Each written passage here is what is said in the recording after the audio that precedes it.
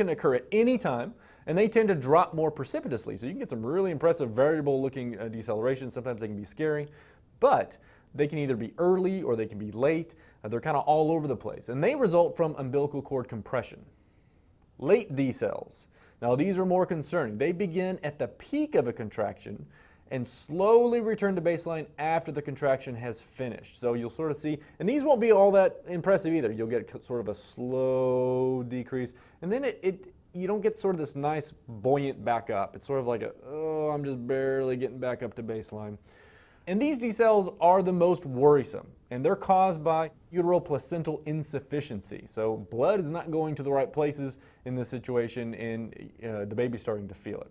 Now they can degrade over time throughout the labor to bradycardia, and that's even worse. If you're getting persistent bradycardia, remember, that's a sign that maybe immediate action needs to be taken. Next, let's talk about fetal scalp electrode. So in cases where you have trouble picking up the fetal heart rate, you'll have situations where maybe the baby's kind of shifted and you're trying to find this heart rate with the monitor and you can't find it on the external monitor. Or if you're seeing some decels, or if anything else seems complicated, then you might want to use a fetal scalp electrode. Now the electrode is attached to the fetal scalp, and you get a more sensitive reading of the beat-to-beat variability of the heart rate. So it's just a better test. You do not want to use this with maternal hepatitis, HIV, or any fetal thrombocytopenia. Now you could potentially infect a baby with hepatitis or HIV because you are screwing in this little electrode into the scalp, so you are breaking the skin here. Next, intrauterine pressure catheter. You'll have this referred to as IUPC oftentimes. Another helpful device, and the external tachometer, as we talked about before, can show you the timing of the contractions. And to some extent, sort of the relative strength of the contractions in one person. But the intrauterine pressure catheter, or IUPC, can give you objective numbers on the actual strength of the contractions, and this can be very, very helpful. Baseline intrauterine pressure is between 10 and 15 millimeters of mercury. Contractions can range from 20 millimeters in early labor and go all the way up to 60 millimeters of mercury in later labor.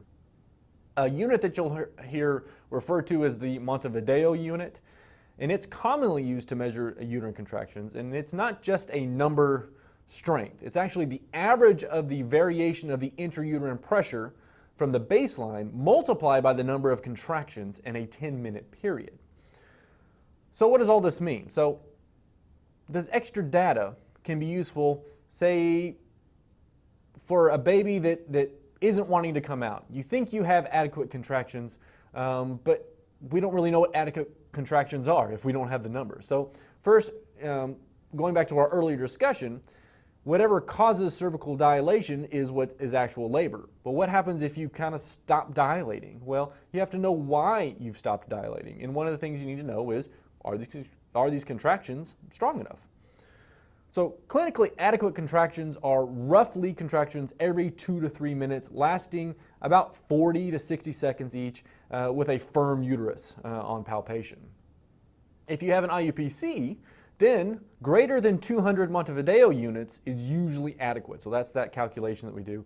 And over 200, we can call that adequate. So this information can help you in cases of prolonged labor, like we talked about. You've stopped dilating for whatever reason. And it can occur that some babies just can't come out because the contractions just aren't strong enough, and then you have to make other decisions on what to do. It's time for the end of session quiz. I want you to pause the video, answer all the questions in the end of session quiz, and then restart the video, and then we'll go over the answers together.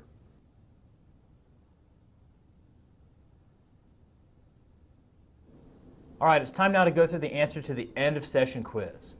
First question, what are the 3 major maternal changes that take place prior to delivery? So there's contractions. As you get closer to term, the contractions become more frequent and stronger. There's lightening, which is caused by the descent of the baby's head into the pelvis. And there's bloody show, which indicates the beginning of cervical effacement.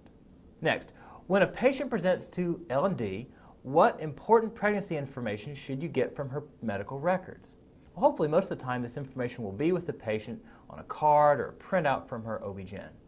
You want to look at the G's and P's to see how many previous pregnancies she's had and the types of deliveries she's had.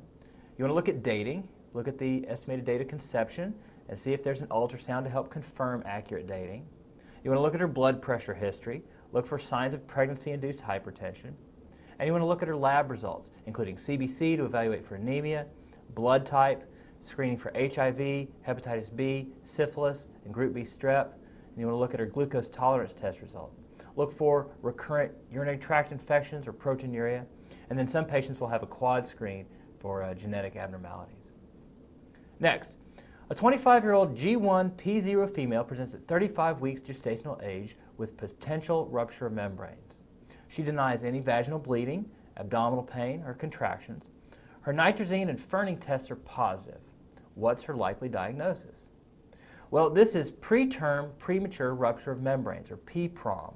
Again, don't get this confused with PROM, which is premature rupture of membranes, which occurs with the rupture of membranes before labor, but does not indicate a premature fetus like in this example. Next, what is the benefit of an intrauterine pressure catheter over an external tachometer? So an external tachometer records the frequency of contractions, but it's not accurate in measuring the pressure produced by the contractions, the strength of the contractions. So an IUPC can record the actual pressure produced by each contraction. This is especially helpful when you have a patient that may be experiencing active labor arrest. The IUPC can tell you if the contractions are strong enough for labor to proceed or if labor augmentation is going to be necessary. Next, compare and contrast the three types of fetal heart rate decelerations. So the first type are the early decels, which begin and end with contraction. Next are the variable decels, which occur anytime. They're variable. And then late decels begin at the peak of contraction, and then the heart rate slowly returns to baseline after the contractions. Now, as for the classic causes of these, early decels are caused by head compression, variable decels are caused by cord compression, and late decels are caused by uteroplacental insufficiency. Next, what instructions should you give a patient who's experiencing Braxton Hicks contractions? Well, Braxton Hicks contractions indicate false labor, and this will often resolve with hydration and either ambulation or rest. So tell the patient to drink plenty of water and to get up and walk around if she's been sitting, or if she's been up and around a lot, then tell her to rest. If the contractions become more regular and the pain is progressively worsening, then she'll need to be examined for cervical change. Next question, what are the 5 components of the pelvic exam or Bishop score, and what are the values for each? So first is cervical dilation, which is measured in centimeters, 0 to 10 centimeters. Then there's cervical effacement, and this is a percentage, 0% up to 100%. Then there's fetal station, and this is a 3-point scale or a 5-point scale. Different physicians use different scales, so it'll either be -5 to +5 or -3 to +3. Then there's cervical position. Is it anterior, mid, or posterior? And there's consistency of the cervix. Is it firm? Is it soft? Is it somewhere in the middle? Next, name the 5 bones that comprise the fetal head and what makes up the anterior and posterior fontanelles. So first, the 5 bones are the 2 frontal bones, the 2 parietal bones, and the occiput. The anterior fontanelle is formed by the junction between the 2 frontal bones and the 2 parietal bones, so it's diamond-shaped. And then the posterior fontanelle is formed by the junction between the 2 parietal bones and the occiput, so it's triangle-shaped. Next, why is the use of continuous electronic fetal monitoring in a low-risk patient potentially controversial? So basically, there are no trials that have proven that this continuous electronic monitoring reduces mortality, reduces the rate of cerebral palsy or stillbirth or low APGAR scores or NICU admissions or neurological injury. It does lead to a higher operative delivery rate. And the use of continuous electronic fetal monitoring is largely based upon the experience of experts and medical legal precedent. Next, when is the use of a fetal scalp electrode contraindicated? So it's contraindicated with maternal hepatitis or maternal HIV, or if there's fetal thrombocytopenia. So that's the end of the end of session quiz, and that's the end of this lecture. I hope you learned something. Good luck studying.